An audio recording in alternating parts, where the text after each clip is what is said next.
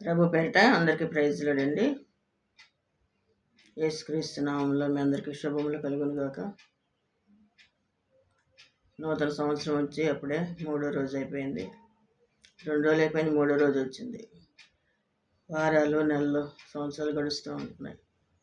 కానీ కొంతమంది దేవునికి దూరంగానే ఉంటున్నారు, దగ్గరగా రాలేకపోతున్నారు. అటువంటి వారి గురించి మనం ప్రార్థన చేయాలి.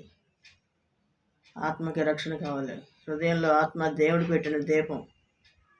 ఈ లోకంలో ఏం చూస్తున్నారంటే ఎంత ఆస్తుంది, ఎన్ని పొలాలు ఉన్నాయి, ఎన్ని బిల్డింగులు ఉన్నాయి, అందచందాలు ఉన్నాయా, ఇంకా రకరకాల ఉద్యోగాలు అన్నీ చూస్తూ ఉంటారు. కానీ ఆత్మకి రక్షణ ఉందా లేదా అనేది చూడట్లేదు.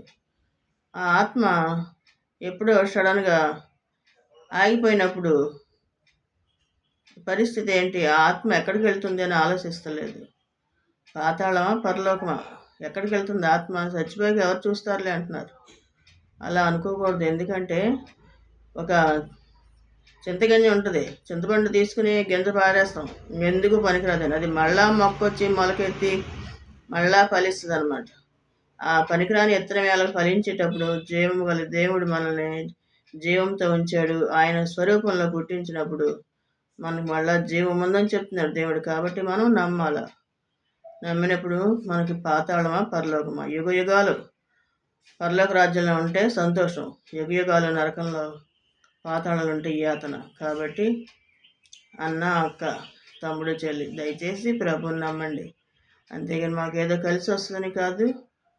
ఎందుకంటే మీ మేలు కోసమే చెప్తున్నాము. అవసరమైతే నన్ను తిట్టుకున్నా పర్వాలేదు, కానీ ప్రభువుని నమ్మండి. మంచి మాట చెప్పినప్పుడు చిన్నవాళ్ళు చెప్పినా పెద్దవాళ్ళు చెప్పినా వినటం అనేది మంచిది. దేవుని కృప మీ అందరికీ తోడే ఉండండి కాక. ఆమేన్.